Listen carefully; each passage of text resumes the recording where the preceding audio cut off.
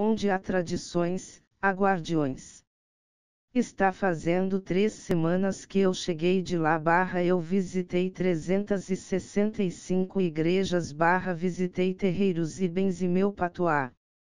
Os versos de abertura de Saudosa Bahia, samba rock de 1969, composto por Sidney Martins e Noriel Vilela e imortalizada na voz deste último, são um resumo justo, ainda que datado, do modo como a religiosidade se manifesta na Bahia. Justo porque dá conta da pluralidade de templos católicos e da interação com o candomblé e a umbanda, e datado porque não abarca a hoje ostensiva presença de templos evangélicos. Porém, essa herança que convive em termos ora pacíficos, ora temerários, com novidades contemporâneas, é a tônica de boa parte das tradições na região da Costa do Dendê, e não apenas das religiosas. Nos modos de trabalho, nos hábitos de lazer, nos recintos históricos e no espaço natural, esse padrão se repete, assim como é recorrente a presença de mantenedores das formas mais ancestrais de cultura. Tomemos como exemplo o convento e igreja de Santo Antônio, complexo localizado na ilha que é sede do município arquipélago de Cairu, edificação franciscana que teve sua pedra fundamental lançada em 1654 e é considerada o marco inaugural do barroco na arquitetura religiosa luso-brasileira. 13. É raro que o visitante que ali chega não seja recebido por Frei Hilton Francisco Botelho, guardião do convento. Guardião é aquele que toma conta da casa e sempre está à disposição de quem chega, com sorriso e amabilidade, explica o religioso sobre sua função, a qual cumpre à risca, diga-se de passagem, no que tange à sua própria definição. Além da amabilidade, Frei Hilton costuma dar mostras de sua sensibilidade, ao dar conselhos individualizados àqueles que se aproximam, baseando suas preleções apenas nas informações colhidas ao tocar o visitante. É uma das razões pela qual ele já soma mais de 20 anos dedicados ao santuário e à paróquia, mas não a única. A dedicação empregada no trato com a comunidade é a principal delas. Eu vim pra cá numa necessidade de transferência relâmpago, explica o religioso. Eu estava em uma casa de formação fazia 10 anos e, de repente, pediram para eu vir para Cairu. O provincial, superior religioso, prometeu que seria por 2 anos, mas já estou aqui faz 22 ou 23. O bom trato do Frei para com pescadores e com o que ele chama de brigas de terra trouxe o respeito e o carinho dos cairuenses, e a maneira como ele enxerga a missão de sua instituição ajuda a compreender sua longa permanência local. Nosso convento surgiu em 1654, feito pelos jesuítas e depois entregue aos franciscanos, com quem está até hoje. Serviu para a evangelização dos colonos e dos índios e hoje ainda se dedica a fazer o mesmo, de forma modernizada, explica. Locais e turistas vão ao convento diariamente, muitos deixando com o guardião suas intenções para orações. Tem até quem passa por aqui e me liga depois, às 11 horas da noite, para rezar junto comigo por algum parente, conta o Frei.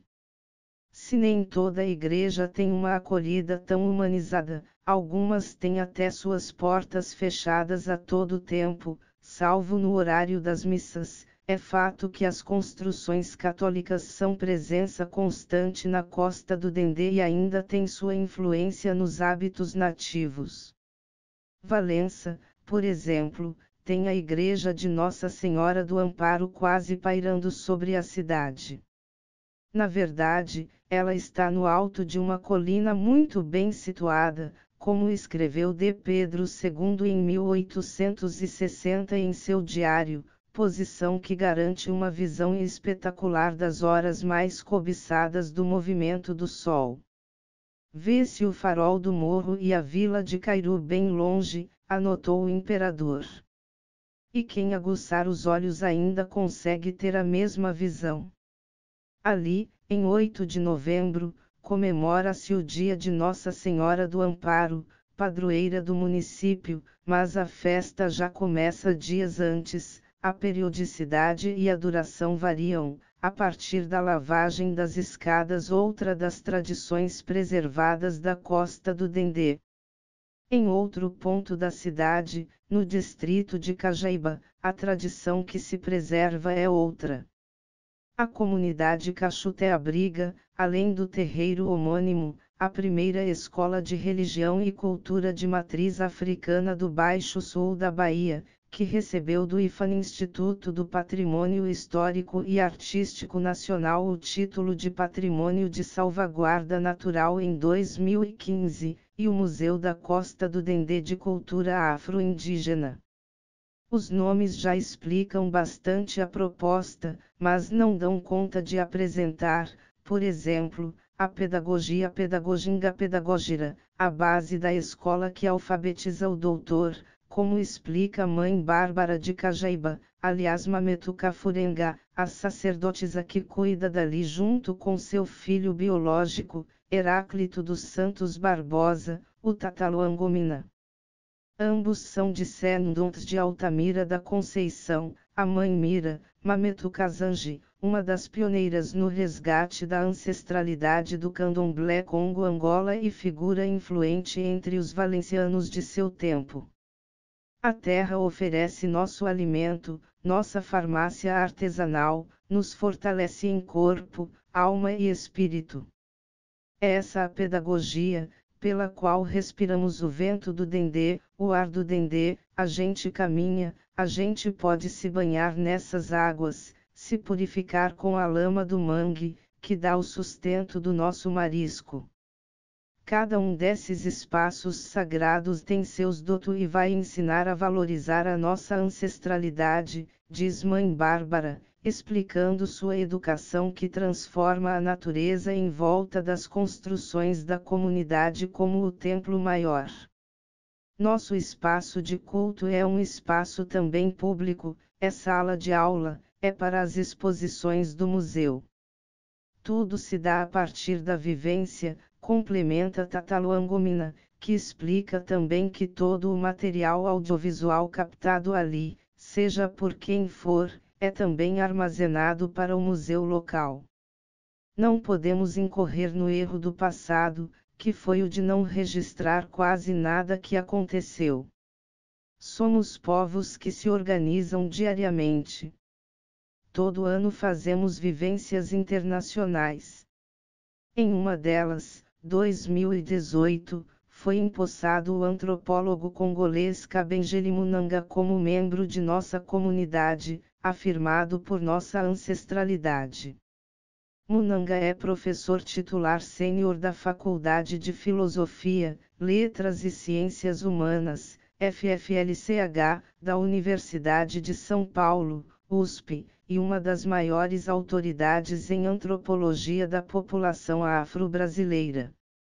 Eu acho que isso é uma organização pós-moderna, opina Aramaka aos próprios sacerdotes, enquanto Tataluangomina registra sua fala em uma transmissão ao vivo em seu perfil numa rede social, a maneira como se combina a tradição com os recursos do presente, visando a perpetuação. Não tem outra definição que não seja essa.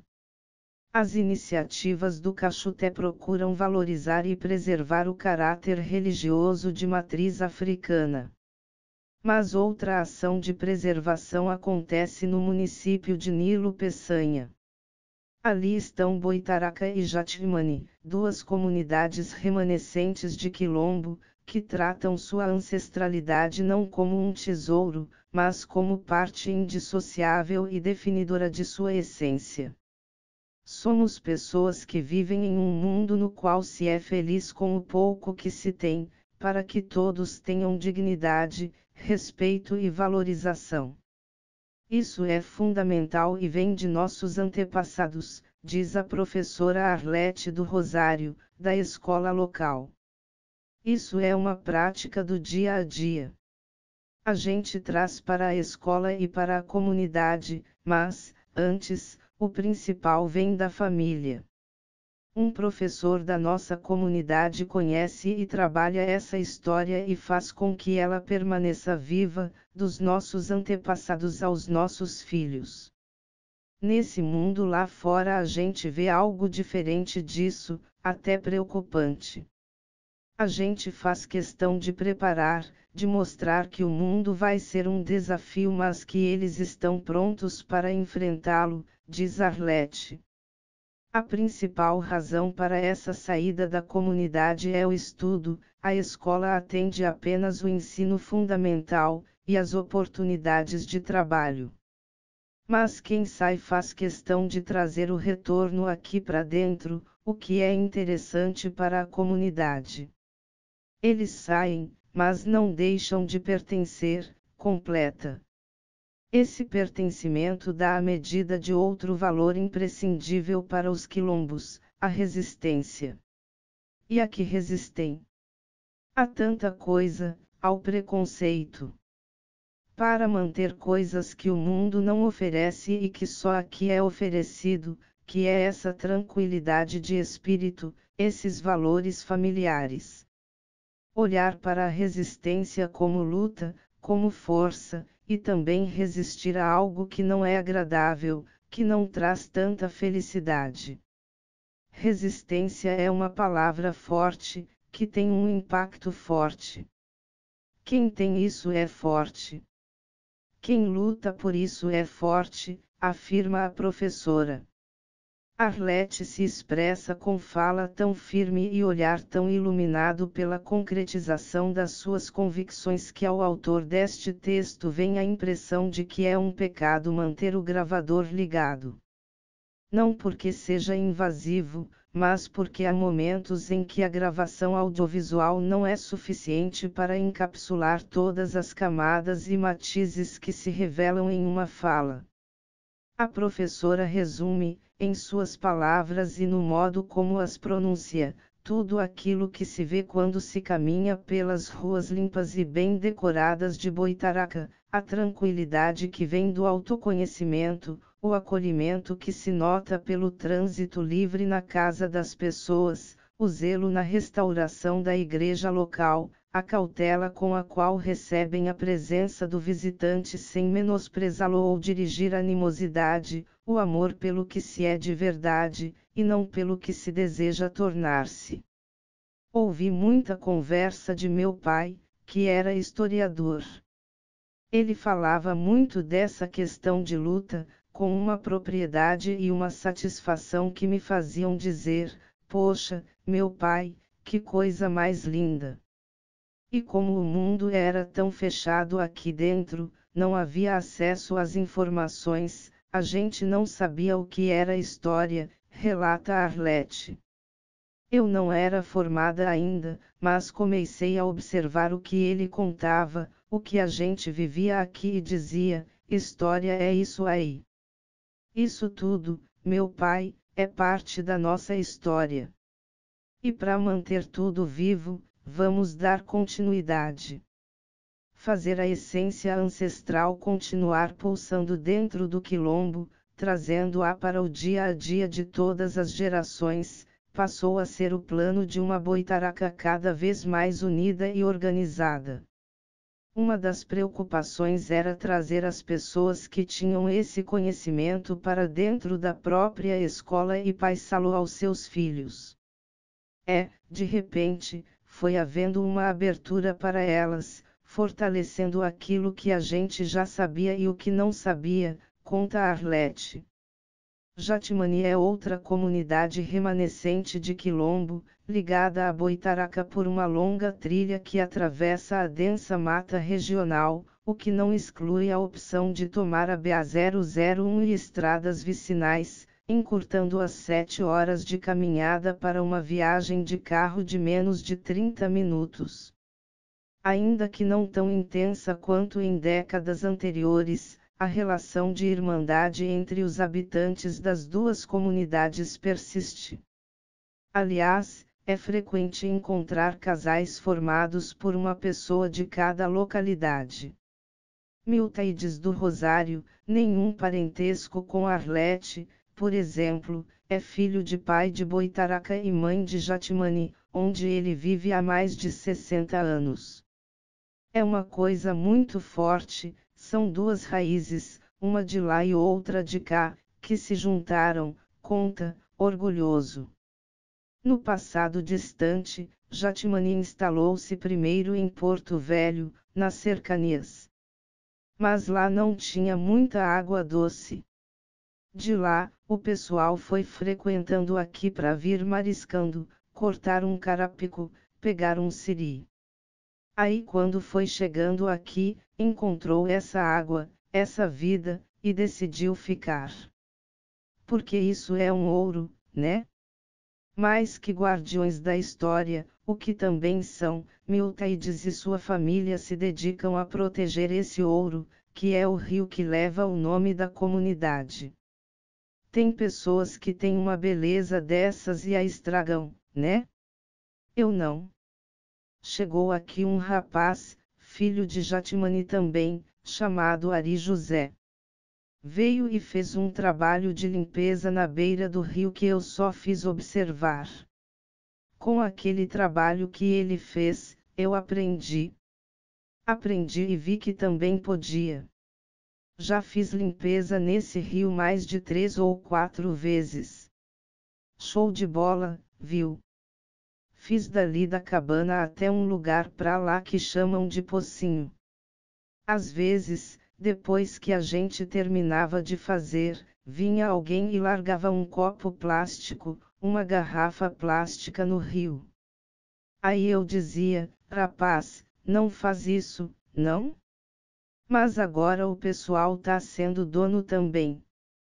Porque nós não temos nada, né? Tudo é do Pai. O que nós temos é o dia e a noite que Deus nos dá, e o nosso bate-papo e a nossa convivência. Depois nós temos que saber que a gente vai embora e fica tudo aí, diz Miltaides. Outra preciosidade de Nilo Peçanha é o maior grupo de Zambiapunga da costa do Dendê e, por extensão, do Brasil, já que essa é a única região do território nacional onde essa manifestação cultural de matriz africana sobreviveu. Segundo nossa história, ela veio de um povo de etnia Bantu do norte do Zaire.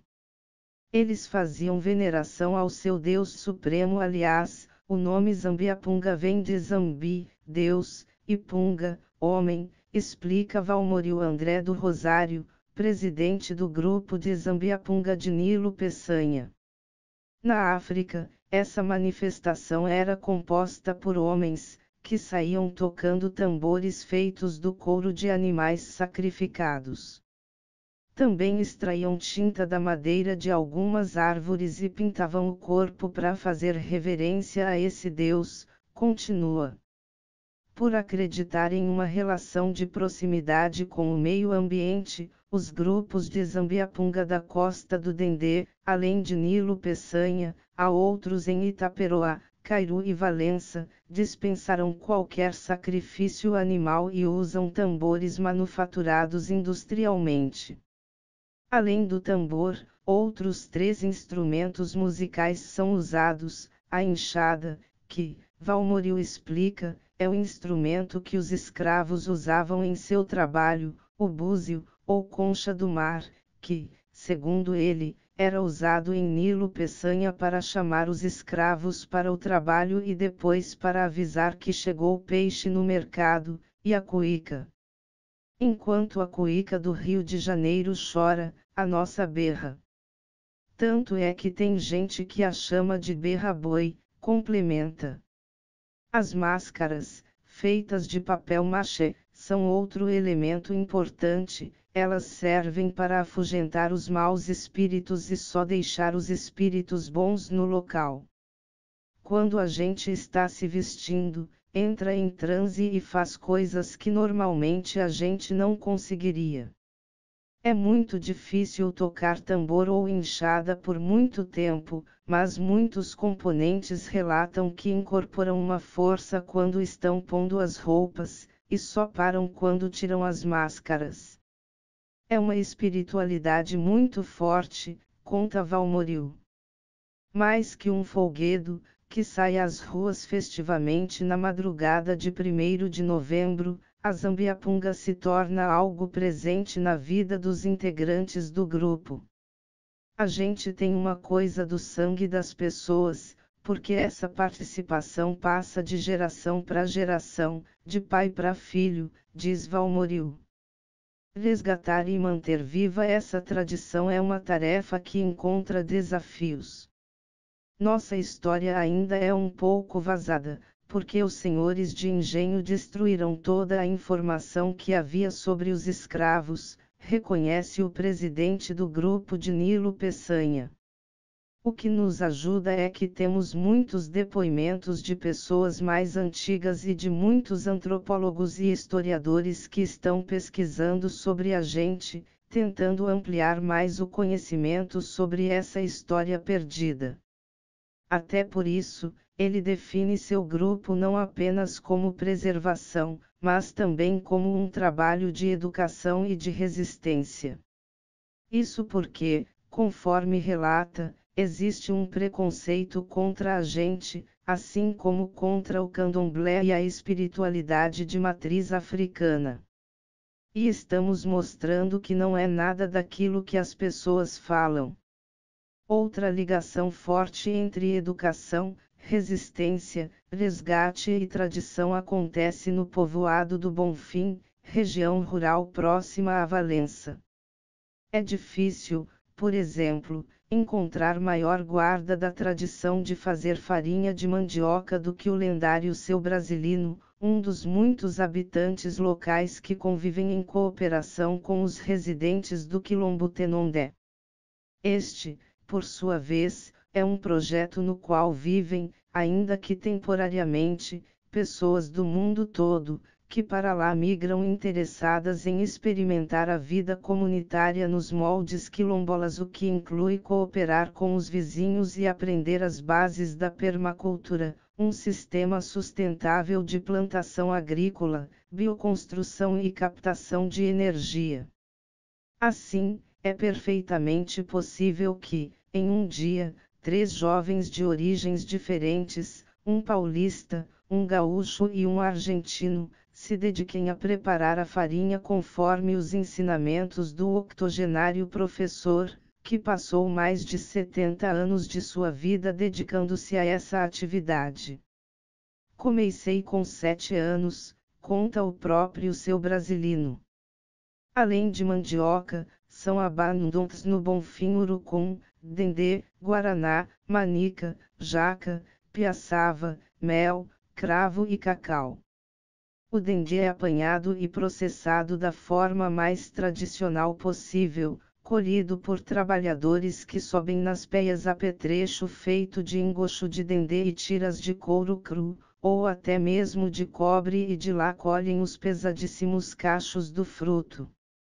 Na casa de Pretinha, vive a família de Dona Maria Silva dos Santos, o que inclui suas filhas Rosiane e Rosimaria e seus respectivos maridos. Há, ainda, outro casal de filhos que vive em Valença. Todos mantêm o modo ancestral de tratar o fruto do dendezeiro, não só na colheita como no completo aproveitamento do fruto, que vai desde sua separação correta para o preparo de azeite até a confecção de sabão com a borra residual do processo. Os mais novos não querem mais subir na peia, é muito trabalho para eles, diz a matriarca.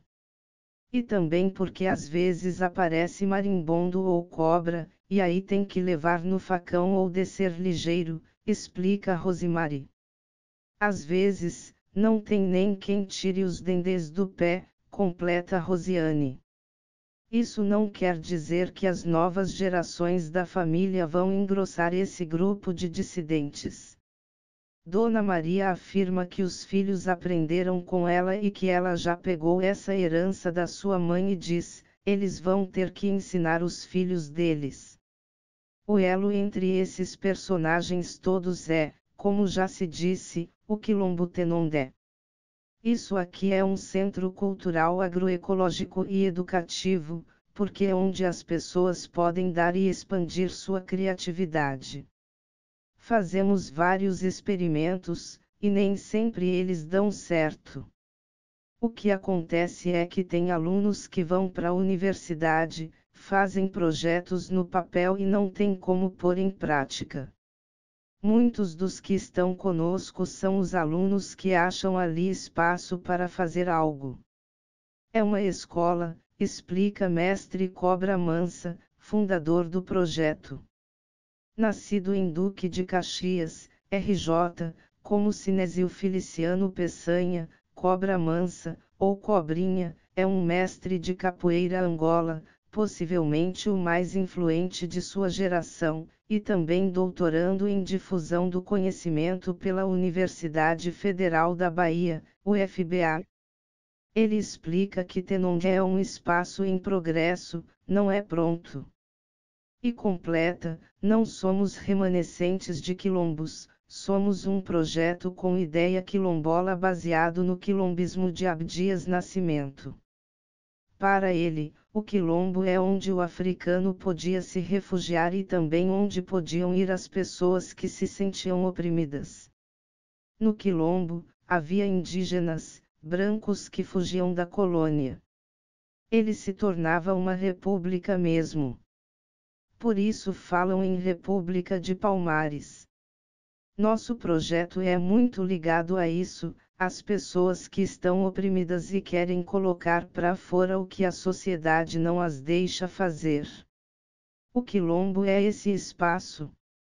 E Tenondé é um nome indígena que significa o primeiro, o que vem na frente. É um projeto com esse sentido, de integrar capoeira, maculelê e resgatar a ancestralidade, diz o mestre. Tenondé é um local de passagem, com fluxo constante de pessoas. Você pode chegar lá e ter só 3 ou 4 pessoas, e ir em outro dia e ter umas 20 ou 30, explica o fundador do quilombo. As informações chegam e saem. O que fica no quilombo é a prática. Você fez uma ferramenta ali, ela fica no quilombo. Fez uma pintura, ela fica no quilombo. Consertou um instrumento musical, também. Os resultados acabam impactando quem passa por lá e a comunidade local. A gente pôde colocar em prática aquilo que só via na teoria. Tem muita gente que foi procurando a permacultura e que, chegando lá, descobriu a capoeira e está nela até hoje. E o contrário também aconteceu. Com isso, todos conseguiram enxergar um mundo diferente, um mundo mais sustentável. Isso é o mais importante para mim, diz Cobrinha. Mesmo que Cobra Mansa não se considere uma liderança, sou um pouco anarquista, acho que as pessoas têm que aprender a se liderar, diz o próprio mestre, ele é um aglutinador da comunidade, ainda que, com suas viagens, passe pouco tempo por lá. Ele é uma cobra mesmo, dá o bote e some, brinca Dona Maria. Ele é tipo um irmão mais velho, chega aqui e já mexe nas panelas, pega café, diz Rosiane. E sua importância é sintetizada em uma fala de seu brasilino: olha, rapaz, não posso dizer que Cobra Mansa é como um pai para mim, porque eu sou mais velho que ele. Mas é isso mesmo.